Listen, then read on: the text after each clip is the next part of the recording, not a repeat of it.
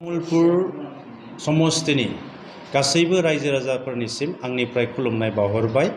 43 नं तामुलपुर समस्तिनिफ्राय थांनाय समाव आङो UPSC एग्जामनि थाखाय APSC एग्जामनि थाखाय साबा फरायसाफोरखौ कोचिं होदोंमोन, जाहाथे जोंनि ओनसोलनिफ्राय जोंनि समस्तिनिफ्राय फरायसाफ्रा गावखौनो अफिसार हिसाबै दाफुंलांनो हायो।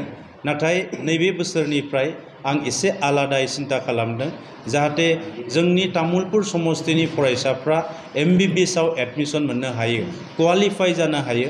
बिनि थाखायनो क्वालिफाई जानो थाखाय फ्री नेट कोचिंनि थाखाय आं बेबस्था खालामनो नागिरदों, जेराव साबा फरायसाफोर तामुलपुर समस्तिनि साबा फरायसाफोरखौ बे कोचिंनि थाखाय जों सायख'गोन। दा बे सायख'नायनि राहाया जोंहा मोनसे नाम्बार थागोन। बे नाम्बाराव जोंनि फरायसाफ्रा WhatsAppआव हाय बा हेल' होननानै जेब्ला लिरनानै हरगोन, लिरना हरनायनि उनाव बे साफ्रोमबो फरायसानि WhatsAppआव मोनसे रेजिस्ट्रेशन फर्म फैगोन।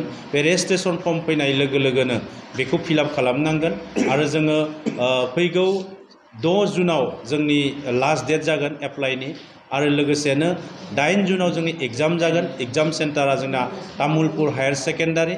दा बेखायनो बेनि गेजेरजों आङो जाय नाम्बार, बे नाम्बारखौ बुंनानै होनो नागिरदों। कन्टेक्ट नाम्बार बे जाहैबाय 7099078514। बे नाम्बाराव WhatsAppआव हाय हरोब्लानो बे साफ्रोमनिबो WhatsAppआव मोनसे जोंना जि एप्लाइ फर्म, बे एप्लाइ फर्म फैगोन। दा बेखायनो बयखौबो आङो अनलाइन खालामनो थाखाय खावलायदों, आरो टटेलि मेरिट बेसिसाव जों बे साबा फरायसाफोरखौ सायख'गोन आरो सायख'नानै गुवाहाटीआव बेखौ दैथायहरनायनि बेबस्था खालामगोन। जोंनि कोचिं, बे कोचिंआ जोंना 11 मान्थ जागोन। जोङो 11 मान्थआव कमप्लिटलि फ्री अफ कस्ट आंनिफ्राय जों बेखौ हरनाय जागोन। बेखायनो स्टाडि मेटेरियल्सनिफ्राय लानानै जानायसिम, हस्टेलसिम गासैखौबो जोङो बेवहाय प्रोभाइड खालामनाय जागोन। किन्तु पकेट मानिनि बेवहाय प्रोभाइड खालामनाय जानाय नङा। दा सोलोंथाइ नांगौ, जिखिनि नांगौ बेखिनिखौ जोङो प्रोभाइड खालामनो थाखाय खालामनानै जोंनि तामुलपुर समस्तिनिफ्राय फैबाय थानाय समाव जाहाथे गोबां MBBS कर्सआव जाहाथे सिट मोननो हायो, बिनि थाखाय मोनसे नैबे आंनि नाजानाय। जोङो APSC सुपार 5 खालामदोंमोन, जेराव साबा फरायसाफोरखौ जोङो फोरोंदों। बेनिनो साथामा मेन्स एग्जाम जिरायदों। बेनिनो सासे फरायसाया थांनायाव APSC एलाइड सार्भिसाव साख्रि मावगासिनो दङ। नेक्स्ट इयाराव जों सुपार 10 होदोंमोन। दा सुपार 10नि फरायसाफ्रा कोचिं फोजोबनानै फैबाय आरो बे फरायसाफ्रा दिनै स्टाडि खालामगासिनो दङ। नाथाय दिनै मेडिकेलनि इन्ट्रेस्टआ जोंनि समस्तियाव बांसिनखौ जों नुनानै, दा बेखायनो मेडिकेल लाइनाव जोंनिफ्राय साबा फरायसाफोरखौ एबार फोरोंनो थाखाय राहा लादों। आरो एभ्रि इयार, नैबे बोसोरल' नङा, फैगोन बोसोरावबो एभ्रि इयाराव जोङो साबायै जोङो तामुलपुर समस्तिनिफ्राय आंनिफ्राय मेडिकेल एन्ट्रेन्सनि थाखाय क्वालिफाई जानो हानाय बायदि फ्री कोचिं होनायनि थाखाय बेबस्था खालामदों।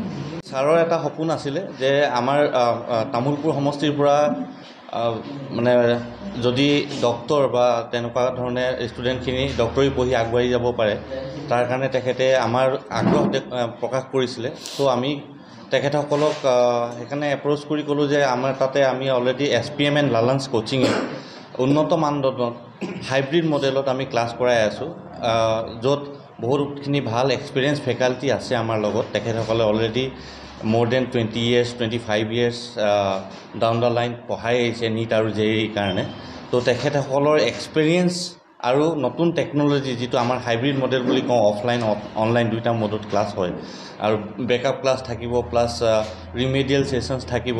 তেনেকুৱা ধৰণে ষ্টুডেণ্টখিনিক গাইড কৰি আগবঢ়াই লৈ যাব। আৰু অলৰেডি SPMN লালাঞ্চৰ ৰিজাল্ট বহুত ভাল এতিয়ালৈকে যিমানখিনি আছে। আৰু মই ক'ব বিচাৰোঁ যে আটাইতকৈ এক্সপিৰিয়েঞ্চ টিমটোৱে হৈছে এতিয়া SPMN লালাঞ্চ যদি NEETৰ কাৰণে ভাবে। তো ছাৰে সেইকাৰণে আগ্ৰহ প্ৰকাশ কৰিছিলে যে আমাৰ ষ্টুডেণ্টখিনিকো আমি NEET JEE কাৰণে পঢ়াওঁ। তো এইটো এটা বহুত ভাল ইনিচিয়েটিভ হয় ছাৰৰ ফালৰ পৰা। আমাৰ সন্মানীয় বিধায়ক জলেন দৈমাৰী ছাৰৰ ফালৰ পৰা এটা বিৰাট ভাল ইনিচিয়েটিভ হৈছে। আৰু মই ভাবোঁ আগন্তুক দিনত এই সুবিধাখিনিয়ে সমষ্টিৰ কাৰণে সুখবৰ কঢ়িয়াই আনিব। তো অলৰেডি ছাৰে গোটেই ইনফৰ্মেশ্যনখিনি দিছেই নীটৰ কাৰণে, আৰু গোটেই কোৰ্চটো হৈছে নীট ড্ৰপাৰ্ছৰ কাৰণে। যদি ষ্টুডেণ্টে কিবা কাৰণত কনফিউজ হ'ব বিচাৰে, তো সেইটো কাৰণে মই কনফিউজনটো দূৰ কৰিব বিচাৰিছোঁ যে এইটো এটা নীট ড্ৰপাৰ্ছ কোৰ্চ হয়, এবছৰীয়া কোৰ্চ হ'ব। তো তাতে ষ্টুডেণ্টখিনি ৰেচিডেঞ্চিয়েলি থাকি পেলাই গুৱাহাটীত ক্লাছ কৰিব।